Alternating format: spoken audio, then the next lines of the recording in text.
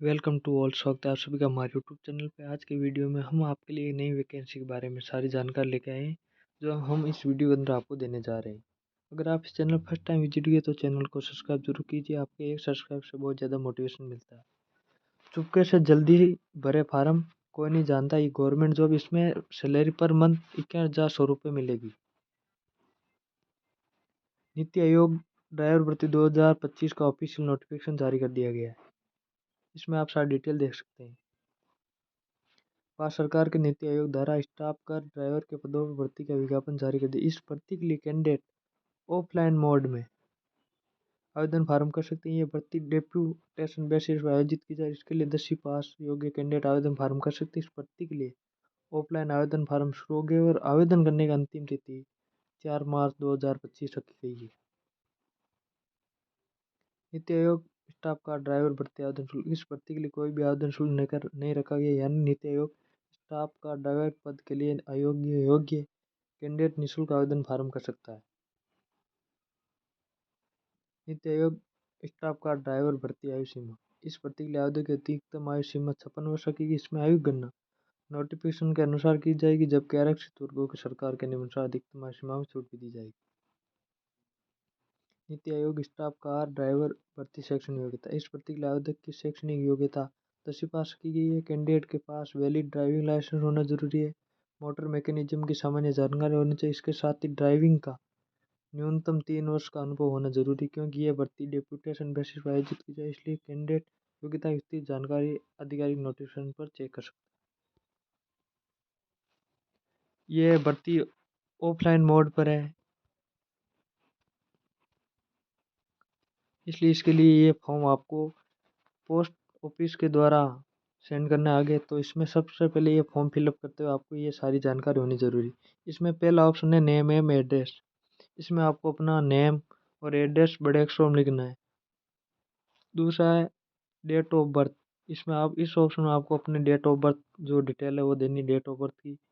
तीसरे में लिखा है date of entry into service. आप इसमें जो सर्विस का ऑप्शन है उसके बारे में, जो आप जिस पोस्ट के लिए अप्लाई करना चाहते हो उसकी डिटेल देनी है। डेट ऑफ रिक्वायरमेंट वो भी इसमें बतानी है। चौथा एजुकेशन क्वालिफिकेशन, आपके पास शैक्षणिक योग्यता, आप क्या क्या डिग्री है आपके पास, 10वीं 12वीं पास जो भी है वो इस यहाँ योग्यता देनी है। पांचवा ऑप्शन लिखा है whether education other qualification required. अगर कोई भी पोस्ट उसके लिए अदर कोई क्वालिफिकेशन चाहिए, आपके पास जो कोई डिग्री है वो उसकी डिटेल इसके अंदर देनी है।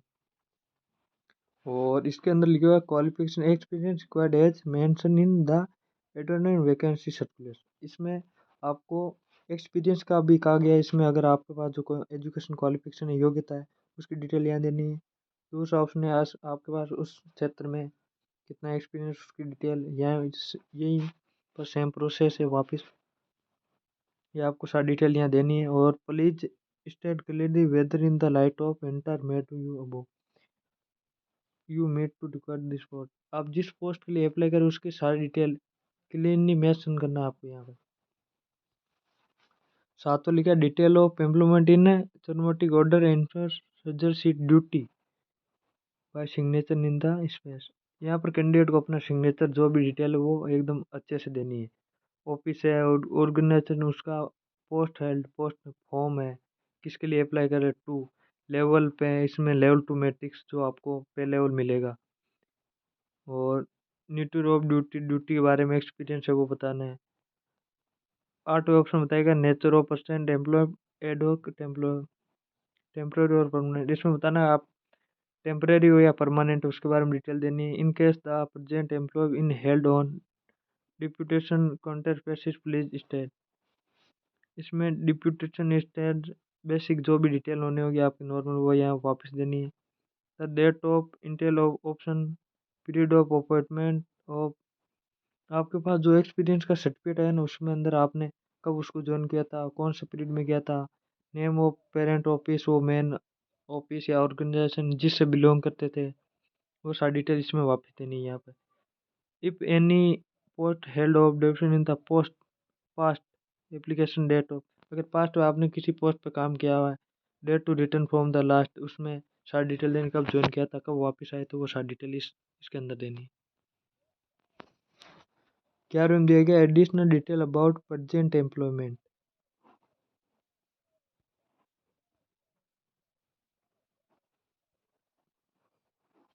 इसमें आपको वो डिटेल देनी है प्रेजेंट वाली, कि आप प्रेजेंट को सेंट्रल गवर्नमेंट अधिया में हो या स्टेट गवर्नमेंट में, यूनिट टेरिटरी किसी में जॉब है तो उससे आप रिटायर हो गए हो तो वो सारी डिटेल इसके अंदर देनी है।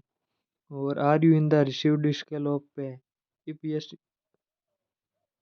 Date from which the revision took place and also आपके पास अभी कोई पेमेंट आ रहा है सरकारी गवर्नमेंट की जॉब के तहत, पे लेवल 7 है, 5 है, 2 है, जो वो डिटेल यहाँ देनी है।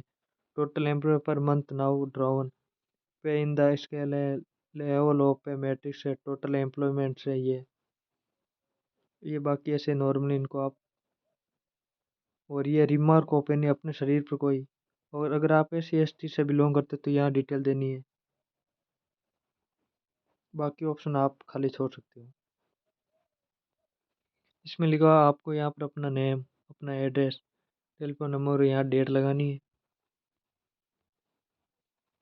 Whether official met illegal required yes as no closing date of list. इसमें पहले तो लिखा ऑफिशियल मिनिस्टर, अगर ये आपका वापस जो आता है एडमिट कार्ड आएगा उसमें यहाँ पे डेट होगी, फोन नंबर होगा, मिनिस्टर उसका डिपार्टमेंट उसका नाम लिखा होगा, आपने जिसके लिए अप्लाई किया उसका वहाँ पे वापस नाम आएगा। और meet required on the closing date of, इसमें क्लोजिंग डेट में ये से नो आ जाएगा। Any vigilance case in pending of, आपके पास आपके खिलाफ कोई केस है या मुकदमा है उसकी डिटेल देनी है, जैसे आपके पास नहीं है तो इसमें नो है, ये तो yes.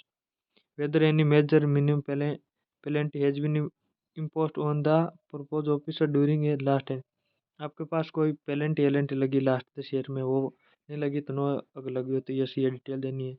Weather cadre cleanness of officer by computer authority has been granted, इसमें नो आएगा। वेदर सर्टिफिकेट इनक्लोज, कोई सर्टिफिकेट उसके बारे में डिटेल देनी है। यहाँ पर सिग्नेचर होगा name detail of former officer का। ये वैकेंसी ऑफलाइन मोड पे है, तो इसको आपको जल्दी से जल्दी अप्लाई करना है, क्योंकि आप जितना जल्दी है ना इसमें अपना पोस्ट ऑफिस के द्वारा अपना फॉर्म आगे भेजेंगे उसके लिए बढ़िया रहेगा। बाद में आपको बहुत सारी दिक्कत आ सकती है।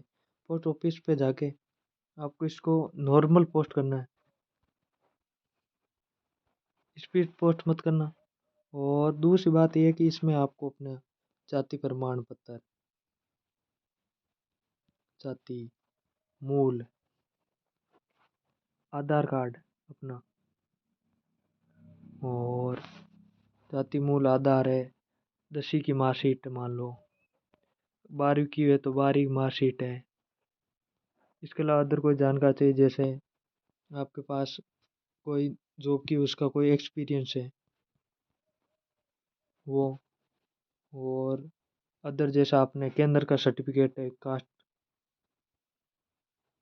वो अदर वो अगर कोई डिटेल चाहिए, जो भी आपके पास डॉक्यूमेंट वो सब इसमें लगाना है, ताकि वापस जो आपके पास एडमिट कार्ड आए वो आपको 100% मिले। वरना कोई डॉक्यूमेंट की कमी की वजह से आपके वो वापस है ना एडमिट कार्ड नहीं आता। अगर ये वीडियो आपको पसंद आए तो वीडियो लाइक करें, शेयर करें, कमेंट करें। इसी तरह वैकेंसियों की इन्फॉर्मेशन जानकारी के लिए इस चैनल को सब्सक्राइब जरूर करें।